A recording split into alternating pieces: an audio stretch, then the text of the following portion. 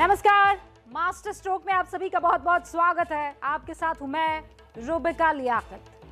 क्या देश में कोरोना की रफ्तार कुछ कम हो रही है? क्योंकि कल आए केसेस की जो डिटेल आज आई है उससे ऐसा लग रहा है।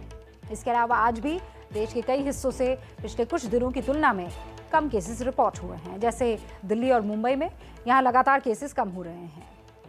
आज मुंबई में सिर्फ 5,956 नए मामले दर्ज हुए। दिल्ली में पिछले 24 घंटे में 12,527 नए मामले आए हैं। दिल्ली में संक्रमण दर जो है वो घटकर 27.99% हो गया है। इसके अलावा कर्नाटक में आज 27,156 केसेस आए हैं। कल 34,000 से ज्यादा केसेस आए थे। लेकिन अगर इन कम होते केसेस को आप कोरोना की तीसरी लहर का पीक मान रहे हैं तो बहुत बड़ी गलती कर रहे हैं, क्योंकि बहुत से हिस्सों में केसेस लगातार बढ़ रहे हैं। जैसे गुजरात, यहाँ कल 10,000 के करीब केसेस आए थे, आज 12,753 नए केसेस आए हैं। केरल में एक बार फिर से केसेस बढ़ रहे हैं, आज 22,946 नए केसेस केरल में आए हैं। इसके अलावा एक्सपर्ट्स भी ये कह रहे हैं कि इन कम होते केसेस को पीक मानने की गलती हमें नहीं करनी है, बल्कि अभी भी सावधानी बरतने की बहुत ज़्यादा ज़रूरत है। और यही वजह है कि आज मास्टर स्ट्रोक की कवर स्टोरी इसी पर आधारित। 14 जनवरी को भारत में केस आए 2,68,833। 15 जनवरी को यह संख्या बढ़ी और केस आए 2,71,000 से ज्यादा। और 16 जनवरी को भारत में केस घटे और 2,58,000 के करीब केस आए। इसलिए यह सवाल उठे कि क्या भारत में तीसरी लहर का पीक आ गया? क्या तीसरी लहर खत्म होने की कगार पर है? कोरोना की रफ्तार कम क्यों हुई? इन सवालों का जवाब अगर हां में होगा तो ये जल्दबाजी होगी, क्योंकि ऐसा है नहीं। इन आंकड़ों को ध्यान से देखने पर पता चलता है कि डेली केसेस की संख्या भले ही कम हुई, लेकिन टेस्ट पॉजिटिविटी रेट बढ़ रहा है।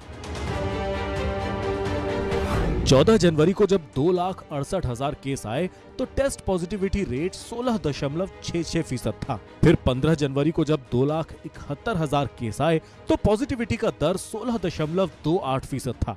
फिर जब 16 जनवरी को केसेस कम हुए और 2,58,000 के करीब आए, लेकिन टेस्ट पॉजिटिविटी रेट बढ़कर 19.6% हो गया। यानी टेस्ट करवाने वाले हर 100 में 19 लोग पॉजिटिव पाए जा रहे हैं। तो फिर सवाल है कि डेली केसेस कम आने का कारण क्या है? इसका सबसे बड़ा कारण है कम टेस्टिंग। 14 जनवरी को जब 2,68,000 के करीब केस आए तो 16,13,000 से ज्यादा टेस्ट हुए। इसी तरह 15 जनवरी को जब 2,71,000 से ज्यादा केस आए तो 16,65,000 से ज्यादा टेस्ट हुए। और 16 जनवरी को जब 2,58,000 केस आए तो सिर्फ 13,13,000 टेस्ट हुए। यानी जब टेस्ट कम हुए तो डेली आने वाले केसेस की संख्या पर भी फर्क पड़ा। पर सवाल यह भी है कि आखिर लोग टेस्ट कम क्यों करवा रहे हैं? वैसे शनिवार और रविवार को देश भर में टेस्टिंग कम देखने को मिलती है। वैसे यह भी सच है कि आईसीएमआर की नई गाइडलाइंस के आने के बाद देश भर में टेस्टिंग में कमी आई है। आईसीएमआर की नई गाइडलाइंस के मुताबिक जो एसिम्प्टोमेटिक हैं, उन्हें टेस्ट करवाने की जरूरत नहीं है। संक्रमित के संपर्क में आए लोगों का भी टेस्ट जरूरी नहीं है। दूसरे राज्यों में जाने वाले लोगों का भी टेस्ट जरूरी नहीं है। इन सब के अलावा यह भी देखने को मिल रहा है कि लोग टेस्ट ना करवाकर होम आइसोलेशन में रहकर अपना इलाज करवा रहे हैं, क्योंकि वो ये मानकर चल रहे हैं कि 4-5 दिन में ठीक हो जाएंगे। हालांकि ये भी देखने को मिला है कि कोरोना महामारी की आर वैल्यू भी कम हो रही है। सबसे पहले ये समझिए कि आर वैल्यू होती क्या है। आर वैल्यू का मतलब है एक कोविड पॉजिटिव व्यक्ति कितने लोगों को संक्रमित कर सकता है। मसलन अगर आर वैल्यू 4 है तो मतलब एक व्यक्ति 4 लोगों को संक्रमित कर सकता है। महामारी का अंत तब माना जाता है जब आर वैल्यू 1 से नीचे चली जाती है। आईआईटी मद्रास की स्टडी में पता चला है कि भारत में 25 दिसंबर से 31 दिसंबर वाले हफ्ते में आर वैल्यू 2.9 थी, जो 1 जनवरी से 6 जनवरी तक 4 हो गई और 7 से लेकर 13 जनवरी तक देश की आर वैल्यू घटकर 2.2 हो गई है। यानी संक्रमण की रफ्तार कम हो रही है। यही वजह है कि दिल्ली, मुंबई जैसे महानगरों में केसेस में अब गिरावट दर्ज की जा रही है। सबसे पहले दिल्ली का डेटा देखते हैं।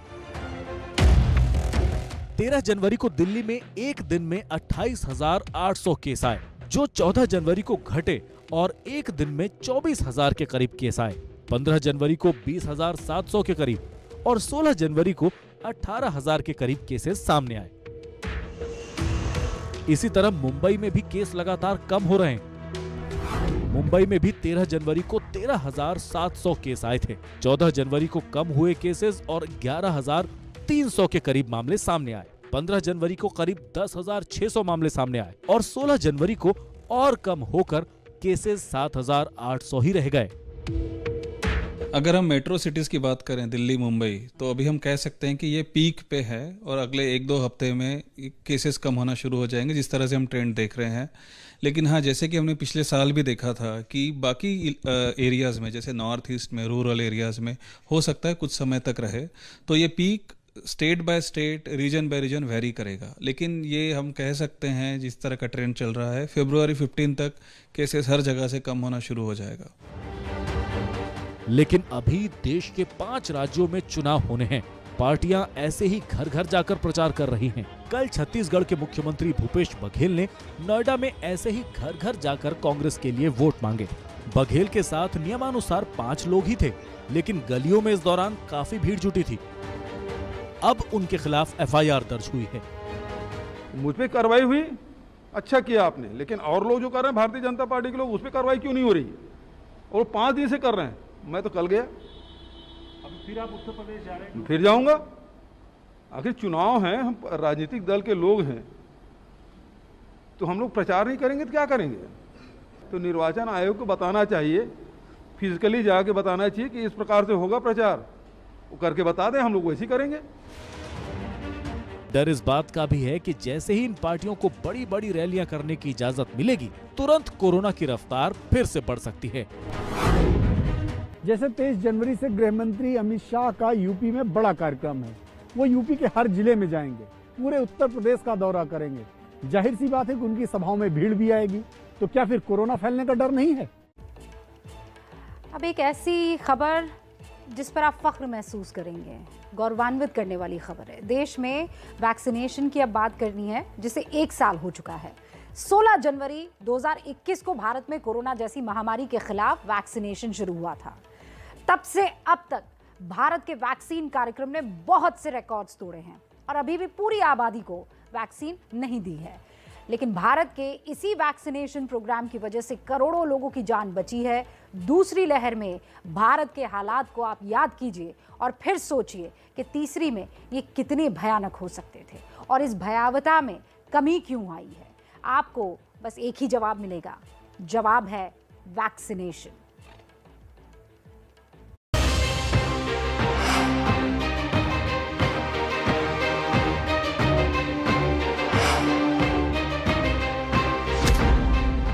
ठीक 1 साल पहले भारत का कोविड टीकाकरण अभियान शुरू हुआ था।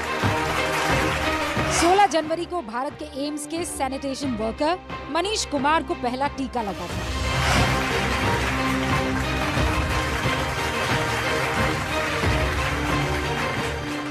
एक साल में भारत के टीकाकरण अभियान ने कई आयाम छुए हैं और नए नए रिकॉर्ड्स बनाए हैं। भारत में अब तक 158 करोड़ टीके लग चुके हैं। भारत की 18+ की 92% जनसंख्या को 1 डोज लग गया है, जबकि 69% जनसंख्या को दोनों डोजेस लग चुके हैं। 15 से 18 साल के 43% बच्चों को पहली डोज लग चुकी है। दुनिया के दूसरे देशों से तुलना करने पर भले ही ये लगे कि भारत में अभी भी एक अच्छी खासी आबादी को टीका देना बाकी है, लेकिन यहाँ पे ये भी देखना होगा कि हमारी जनसंख्या 140 करोड़ की है। 15 साल से नीचे की जनसंख्या को अभी टीका देना बाकी है, लेकिन उससे भी ऊपर संख्या करोड़ों में है। इंग्लैंड में सिर्फ 13 करोड़ 61 लाख डोज लगी है। अमेरिका में सिर्फ 53 करोड़ डोज लगी है। यूरोपियन यूनियन में भी भारत से आधी डोज लगी है। इन देशों की जनसंख्या भारत से बहुत कम है, लेकिन भारत का वैक्सीनेशन प्रोग्राम काफी सफल माना जा रहा है, क्योंकि तीसरी लहर की भयावहता को कम करने में वैक्सीनेशन का बड़ा योगदान है। अगर हम देखें वैक्सीन फर्स्ट डोज का कवरेज ऑलमोस्ट 90% टच कर गया है और सेकंड डोज का कवरेज भी 50% से अबव है, तो वैक्सीन का जो यूज़ होता है जो सीवियरिटी ऑफ डिसीज़ को कम करता है, तो ये मान सकते हैं कि क्योंकि इन्फेक्शन अभी जो हो रहा है अपर रेस्पिरेटरी इन्फेक्शन हो रहा है, लेकिन इसमें वैक्सीन का रोल भी हो सकता है सीवियरिटी कम करने में, लेकिन ये शोध का विषय है, इसके बारे में और अध्ययन करने की ज़रूरत है। दूसरी लहर का ये हाहाकार किसे याद नहीं होगा, जब एक सांस के लिए पूरे देश में संघर्ष चला था। ऑक्सीजन के लिए लोग तड़पे थे, अस्पतालों में बेड्स नहीं बचे थे, दवाइयों के लिए लोग तरस रहे थे, शमशान घाटों में सिर्फ चिताएं जल रही थी। तीसरी लहर में कोरोना के केसेस उसी तेजी से बढ़ रहे हैं। अभी भी आपके और हमारे जानने वाले कोरोना की चपेट में हैं, लेकिन कोरोना की भयावहता उतनी ज्यादा नहीं है और इसकी सबसे बड़ी वजह है वैक्सीनेशन। वैक्सीनेशन की वजह से लोग गंभीर रूप से बीमार नहीं हो रहे हैं। अस्पतालों में मरीज कम संख्या में भर्ती हो रहे हैं। ऑक्सीजन की बिल्कुल जरूरत नहीं पड़ रही है। वैक्सीन की वजह से वायरस एक सामान्य फ्लू सा इस वक्त लग रहा है। वैक्सीन की वजह से मृत्यु दर भी कम है।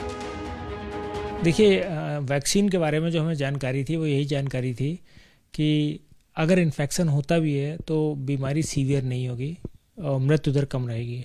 और आपने देखा कि इन्फेक्शन तो बहुत लोगों को हुआ, जो नंबर थे काफ़ी बड़ी तादाद में थे, लेकिन उस प्रकार से ना तो मृत्यु हुई है और ना उस प्रकार से हॉस्पिटलाइजेशन हुए हैं। तो मुझे लगता है कि कहीं ना कहीं इसमें जो लोगों ने वैक्सीन के थ्रू प्रतिरोधक क्षमता विकसित की थी उसका कहीं ना कहीं जरूर इसमें योगदान रहा है।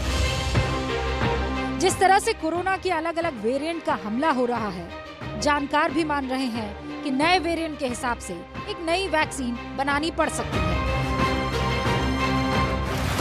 कोई भी वैक्सीन अभी तक इन्फेक्शन रोकने में नाकाम रही है। वैक्सीन सिर्फ सीवियरिटी कम करती है, तो जो एग्जिस्टिंग वैक्सीन इंडिया में है वो सीवियरिटी कम करने में मदद ज़रूर करेगी, लेकिन स्ट्रेन स्पेसिफिक वैक्सीन बनाना ज़रूरी है। वो भी काफ़ी उस समय में अभी काम चल रहा है।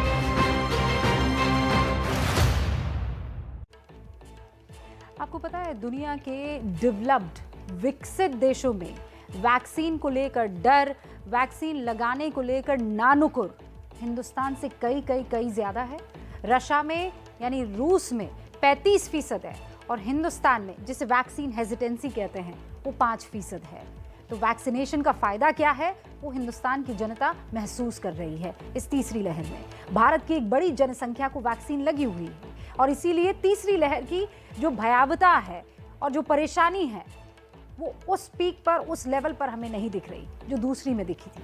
अभी भी वैसे भारत की एक बहुत बड़ी जनसंख्या ऐसी है जिसे वैक्सीन लगनी बाकी है और इसमें है भारत के, आपके, हमारे करोड़ों बच्चे।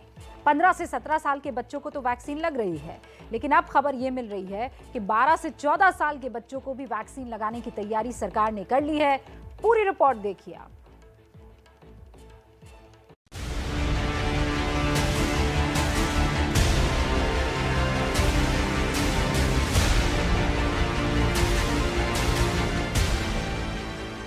देश में अभी 15 से 17 साल के बच्चों का वैक्सीनेशन चल रहा है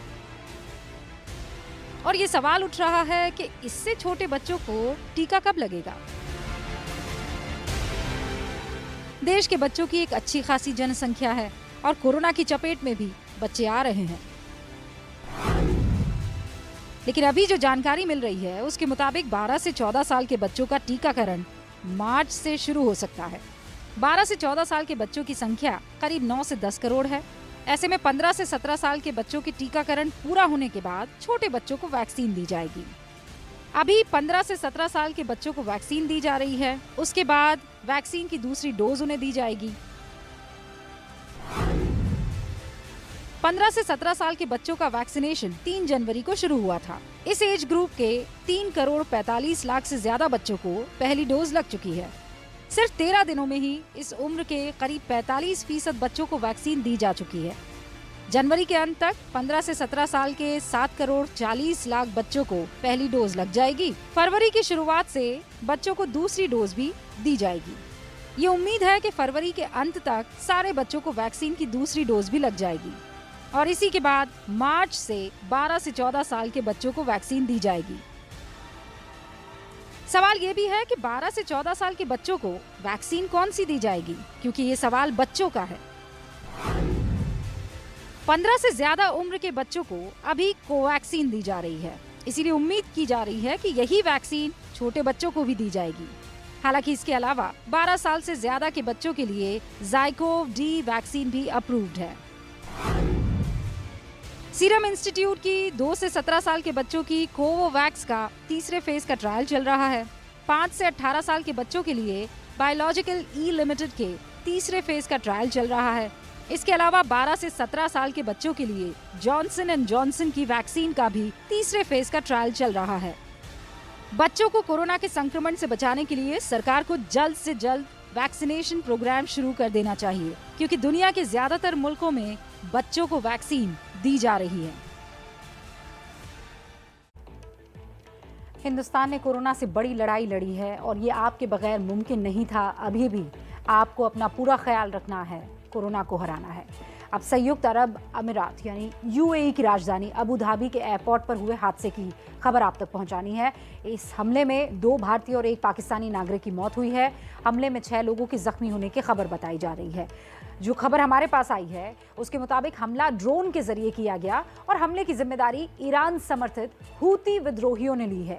यूएई मीडिया के मुताबिक हमला उस वक्त हुआ जब Abu Dhabi national oil company के टैंकर एयरपोर्ट पर पेट्रोल ले जा रहे थे। उसी वक्त टैंकर्स में धमाके के साथ आग लगी और उससे ठीक पहले आसमान में ड्रोन जैसी आकृतियां देखी गई थी। और उसी के बाद अबू धाबी पुलिस ने यह बताया कि हो सकता है कि 3 तेल के टैंकर्स में आग और हवाई अड्डे के बाहरी क्षेत्र में मामूली आग ड्रोन में विस्फोट के जरिए लगी हो।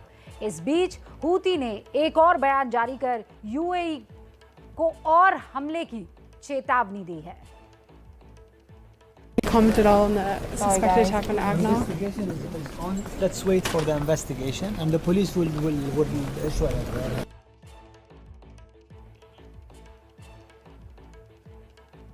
तो हम भी इंतजार कर रहे हैं इन्वेस्टिगेशन खत्म हो और असलियत जो है वो दुनिया के सामने आए। अब उस गणतंत्र दिवस पर हर साल होने वाले एक विवाद की पड़ताल करने का वक्त आ गया है। गणतंत्र दिवस पर होने वाली जो कार्यक्रम है उसमें राज्यों की झांकी निकाली जाती है।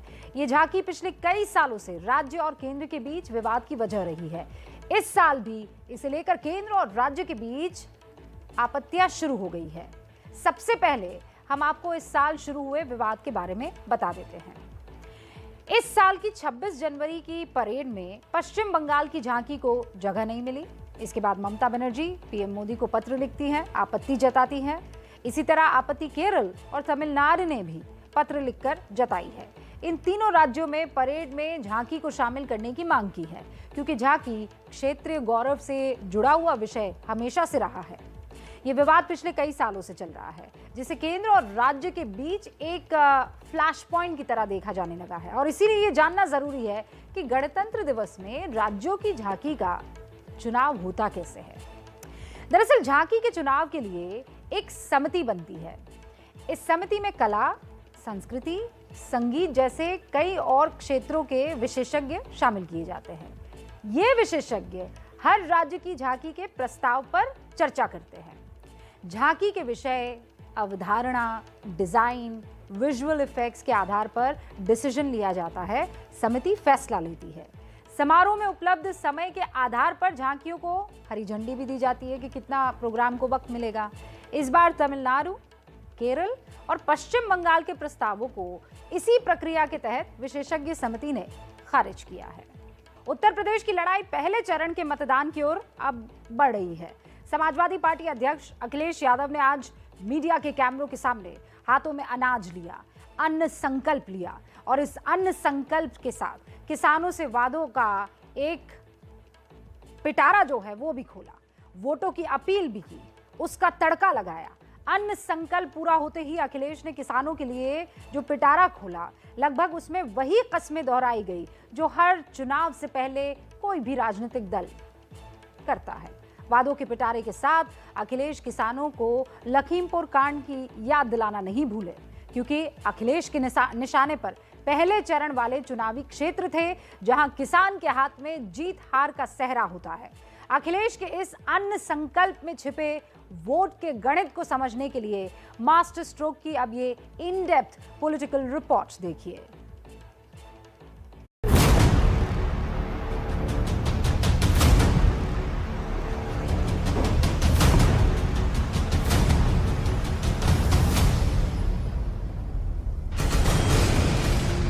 एक हाथ में गेहूं और दूसरे में चावल, मंच पर अन्न संकल्प का बोर्ड और ये कसम।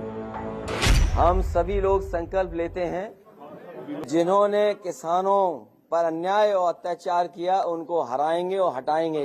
ये हमारा अन्न संकल्प है। अखिलेश की ये कसम असल में किसान वोट के लिए उठाया गया एक और कदम है, जिसकी इस वक्त सबसे ज्यादा जरूरत भी है। इसीलिए अन्न संकल्प पूरा होते ही अखिलेश ने किसानों के लिए वादों का पिटारा भी खोला। कि सभी फसलों के लिए एमएसपी प्रदान की जाएगी और गन्ना किसानों को 15 दिन में उनका भुगतान सुनिश्चित किया जाएगा। फार्मर्स रिवॉल्विंग फंड बनाने का काम करेंगे, जिससे किसानों का भुगतान न रुके। 300 यूनिट जो फ्री बिजली का समाजवादी पार्टी ने संकल्प लिया है, घोषणा की है, मैनिफेस्टो में शामिल करेंगे कि सभी किसानों की सिंचाई के लिए मुफ्त बिजली दी जाएगी। साथ ही साथ ब्याज मुक्त लोन, बीमा एवं पेंशन की भी व्यवस्था किसानों के लिए की जाएगी। अखिलेश ने किसानों के लिए अपना पिटारा लखीमपुर के तेजिंदर विर्क को बगल में बिठाकर खोला।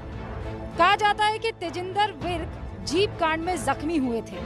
हालांकि दूसरे पक्ष की तरफ से उनके खिलाफ भी लखीमपुर कांड में क्रॉस एफआईआर दर्ज है, लेकिन अखिलेश ने उन्हें बगल में बिठाकर किसानों को लखीमपुर कांड की याद दिलाई। जलियांवाला बाग में सीने पर गोली चलाई अंग्रेजों ने, और यहाँ पर जो शांतिपूर्ण तरीके से आंदोलन खत्म करके अपने घर लौट के जा रहे थे, पीछे से जीप चढ़ाई। उस सरकार से क्या उम्मीद करोगे? इसीलिए हम संकल्प ले रहे हैं, ये अन्न संकल्प ले रहे हैं। जिन्होंने किसानों के साथ ऐसा व्यवहार किया है उनको हटाएंगे और हराएंगे। अखिलेश यादव के अन्न संकल्प का कुर्सी कनेक्शन बेहद सधा हुआ है। उत्तर प्रदेश विधानसभा चुनाव के पहले चरण में जिन सीटों पर मतदान होना है, वहां के लिए अखिलेश यादव ने पूरी ताकत झोंक रखी है। और किसान अगर इस इलाके में अखिलेश की साइकिल और जयंत के हैंडपंप के साथ नहीं आया तो अखिलेश यादव का विधानसभा चुनाव का पूरा गणित बिगड़ सकता है। यूपी में पहले चरण का मतदान 10 फरवरी को होगा। इस दौरान 58 विधानसभा सीटों के लिए वोट डाले जाने हैं। इसमें पश्चिमी उत्तर प्रदेश के 11 जिले हैं और ये वही जिले हैं जिन्हें किसान आंदोलन का केंद्र समझा जाता है। वैसे तो उत्तर प्रदेश की आधी सीटों पर जीत हार की चाबी किसान के पास होती है, लेकिन पश्चिमी उत्तर प्रदेश में किसानों की अहमियत और भी बढ़ जाती है। पश्चिमी यूपी में कुल 136 सीटें आती हैं, जिनमें 120 सीटों पर किसान निर्णायक भूमिका निभाता है। बीजेपी पिछले विधानसभा और लोकसभा चुनाव में इस इलाके पर पूरी तरह से काबिज रही है। इस बार अखिलेश जैन के साथ मिलकर बीजेपी के इस किले में सेंध लगाने की बिसात बिछा रहे हैं, क्योंकि उन्हें मालूम है कि कुर्सी की एक चाबी इस इलाके में भी छिपी हुई है। देखिए, पिछले 2 चुनावों के नतीजे यही बताते हैं कि जिसने पश्चिमी उत्तर प्रदेश का किला फतह कर लिया, यूपी का ताज उसी के सर पर सजता है। 2012 में पश्चिमी उत्तर प्रदेश की 136 सीटों में बीजेपी के 20 और समाजवादी पार्टी के 58 सीटें थी, जबकि बीएसपी के खाते में 39 सीटें आई थी। नतीजा क्या रहा? सरकार अखिलेश की बनी। 2017 में देखिए, पश्चिमी उत्तर प्रदेश की 136 सीटों में से बीजेपी को 109 सीटें मिली, अखिलेश के खाते में सिर्फ 21 सीटें आई और बीएसपी को 3 सीटें मिली। नतीजा योगी आदित्यनाथ की सरकार बनी। 2017 विधानसभा और 2019 लोकसभा चुनाव में पश्चिमी उत्तर प्रदेश में बीजेपी के शानदार प्रदर्शन की वजह क्या थी? जाट और किसान कॉम्बिनेशन। अब किसान आंदोलन की वजह से अन्नदाता बीजेपी से नाराज माना जा रहा है, इसीलिए पश्चिमी उत्तर प्रदेश में किसान वोट की लड़ाई साफ तौर पर दिख रही है। सभी पार्टियां टिकैत परिवार को साधने में लगी हुई इस वक्त है। ये 2 तस्वीरें इस बात का सबूत है कि किसान वोट के लिए पश्चिमी उत्तर प्रदेश में किस तरह टिकैत परिवार को साधने की कोशिश हो रही है। पहली तस्वीर रविवार की है, जब नरेश टिकैत ने समाजवादी पार्टी आरएलडी उम्मीदवार से मिलने के बाद गठबंधन को वोट की अपील की। और दूसरी तस्वीर केंद्रीय मंत्री संजीव बालियान की नरेश टिकैत से मुलाकात की है। किसान आंदोलन के दौरान राकेश टिकैत बार बार खुद को राजनीतिक दलों से दूर बताते रहे थे, लेकिन उनके भाई नरेश टिकैत ने जैसे ही गठबंधन के लिए वोट की अपील की, मामले ने ऐसा तूल पकड़ा कि नरेश टिकैत को यू टर्न लेना पड़ गया। हम तो यही कहे भाई, अच्छी तरह से इस चुनाव को लड़ो। आप लोगों की भी प्रतिष्ठा की बात है। यह सीट ऐतिहासिक सीट है, जिसे बहुत उस्ता लोगों को आपको जिताना बहुत ज्यादा उठुत है। इस गठबंधन को सफल बनाओ। जय हिंद, जय भारत। अजी नहीं, ऐसी तो बात नहीं, कुछ नहीं, ना कोई कंफ्यूजन है। दो बात कहनी भी पड़े, आदमी समर्थन मान लो या कुछ मान लो, पर ऐसा कोई नहीं। हम तो आशीर्वाद ही है, चलो ठीक है, यहाँ से बढ़िया आशीर्वाद है सब, तो ऐसी कोई नहीं बात है। बस हम ये भी तो कोई पर्चे नहीं भरे गए, कुछ नहीं, कोई वो नहीं, तो इसमें अंदाजा इस तरह का लगाना गलत है। इससे भी बात नहीं बनी तो बड़े भाई के बचाव में छोटे भाई राकेश टिकैत भी उतर पड़े। हमने ये कहा कि एक गठबंधन का कोई प्रत्याशी था, वो वहाँ पे गया, अपना सिंबल लेके गया, सिंबल उन्होंने टिकैत साहब को दिया, तो वो सिंबल अपने पास थोड़ा रखते, वो सिंबल जिसकी जो चीज थी उसको दी और उसको कहा बे चुनाव लड़, अपना काम कर, ये उसको कहा। कल जो खबरें आई कि किसान यूनियन ने सपा और आरएलडी गठबंधन को समर्थन दिया, उसका आप खंडन? वहाँ पे खंडन कर रहे हैं। वहाँ पे सब लोग जाते हैं, सिसोली सब अपने सिंबल लेकर जा रहे हैं, वहाँ दूसरे वाले भी जाते हैं। वहाँ पश्चिमी यूपी में पिछले 2 चुनावों में जाट और मुस्लिम अलग अलग खेमे में बटा रहा। इस बार अखिलेश किसान आंदोलन के नाम पर दोनों को एक साथ लाने की कोशिश कर रहे हैं। वैसे तो टिकैत खुलकर किसी के साथ खड़े होने को तैयार नहीं है, लेकिन उन्होंने लखीमपुर दौरे और मिशन यूपी का ऐलान कर अपना इशारा दे दिया है। यूपी में क्या गणित इस वक्त चल रहा है वो तो आपने देख लिया। अब पड़ोसी राज्य उत्तराखंड की भी चुनावी नब्ज टटोल लें, क्योंकि उत्तराखंड के सियासी गलियारों में इस वक्त हरक सिंह रावत को लेकर पारा चढ़ा हुआ है। 5 साल पहले हरक सिंह रावत कांग्रेस छोड़कर बीजेपी के रथ पर सवार हुए, बीजेपी की सरकार बना दी, लेकिन अब बीजेपी ने उन्हें बाहर का रास्ता दिखा दिया है। इसके बाद वो कांग्रेस में अपनी मंजिल तलाश रहे हैं, लेकिन कांग्रेस में उनकी एंट्री इस बार इतनी आसान नहीं होने वाली है। और शायद यही वजह है कि वो कैमरे पर आंसू बहा रहे हैं। लेकिन ये आंसू क्या उन्हें कांग्रेस में एंट्री दिलाने के लिए काफ़ी है, या फिर कांग्रेस हरक सिंह से प्रायश्चित के तौर पर कुछ और भी मांग सकती है? इसी का पूरा विश्लेषण अब इस रिपोर्ट में है। हरक सिंह रावत जी पूर्व मंत्री हमारे प्रभारी पटका पहना के उनका स्वागत करेंगे।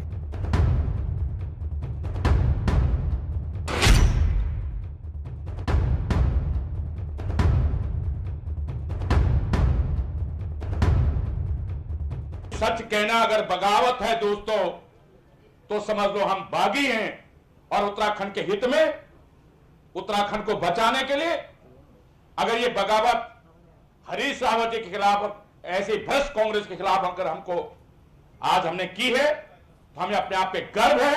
मैं करूँ ना, अगर एक यमराज जो है अगर मुझसे कहे कि आप तुम्हें मैं जिंदगी दे सकता हूं, भाजपा के लोगों से बात कर लो, तो मैं कहूंगा मुझे मौत दे दो। बस यही है सियासत की एक छोटी सी लव स्टोरी।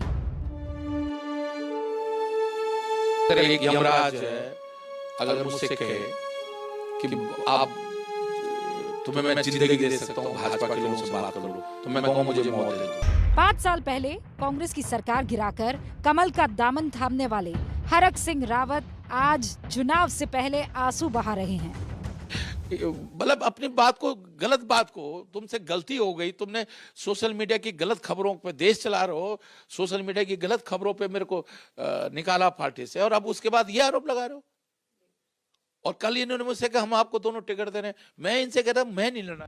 हरक के इन आंसुओं से फिलहाल तो कांग्रेस, बीजेपी या किसी और दल का दिल अभी तो नहीं पिघला, लेकिन वो आंसू क्यों बहा रहे हैं ये समझना भी जरूरी है। दरअसल हरक सिंह रावत को उत्तराखंड के मुख्यमंत्री पुष्कर सिंह धामी ने अपने मंत्रिमंडल से बर्खास्त कर दिया, और बीजेपी ने भी उन्हें पार्टी से बाहर का रास्ता दिखा दिया। पार्टी ने उन्हें 6 साल के लिए निष्कासित कर दिया है। कई बार जब वो बातें करते थे तो हम लोग असहज भी होते थे, लेकिन फिर भी चूंकि हमारी पार्टी, हमारा परिवार बड़ा परिवार है, हमने कोशिश करी हमेशा उनको लेकर चलें। लेकिन यहाँ पर चूंकि स्थितियाँ ऐसी हो गई कि वो अपने समेत अपने परिवार के लिए और अन्य लोगों के लिए पार्टी पर दबाव कर रहे थे, तो इसलिए पार्टी ने निर्णय लिया। हरक सिंह रावत हालांकि बीजेपी के इन आरोपों से इनकार कर रहे हैं। शायद उन्हें पता भी है कि अब रास्ते बंद हो चुके हैं, इसीलिए उन्होंने नई मंजिल की तलाश शुरू कर दी है और उसी के मुताबिक अपने मोहरे वो चल भी रहे हैं। अब वो कांग्रेस में अपनी जगह तलाश रहे हैं। मैं जानता था कि उत्तराखंड में कांग्रेस की सरकार आ रही है, भाजपा की नहीं आ रही है, लेकिन इसके बावजूद भी बहुत कड़वे घूंट पीने के बाद भी, क्योंकि पिछले 5 साल तक जिस तरह हमको अपमानित किया गया, हर स्तर पर अपमानित किया गया, हमने काम नहीं करने दिया गया। भाजपा में अब मैं कोई बातचीत नहीं करूंगा। अरे मैं कांग्रेस में छोड़कर, अमित शाह जी ने मुझे बुलाया, सिर्फ तुम्हारी एक बात पर मैंने सब कुछ त्याग दिया। अब तुम ऐसे कैसे हमारे साथ कर सकते हो? कमल से बेदखल किए जाने के बाद हरक सिंह अब हाथ के साथ की तलाश कर रहे हैं, लेकिन हरक के लिए दरवाजे खोलना कांग्रेस के लिए भी आसान नहीं है। हरक ने मार्च 2016 को 9 कांग्रेस विधायकों के साथ हरीश रावत की सरकार से बगावत की, जिसके बाद राष्ट्रपति शासन लगा।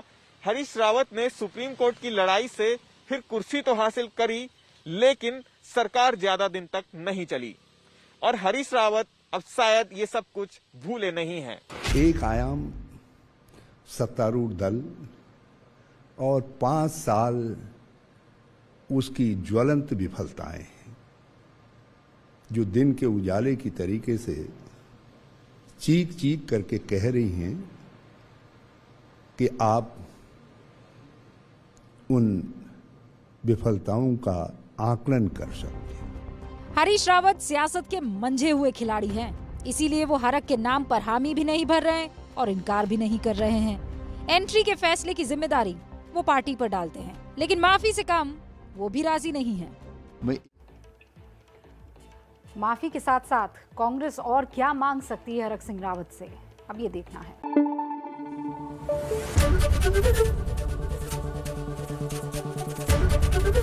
एबीपी न्यूज आपको रखे आगे।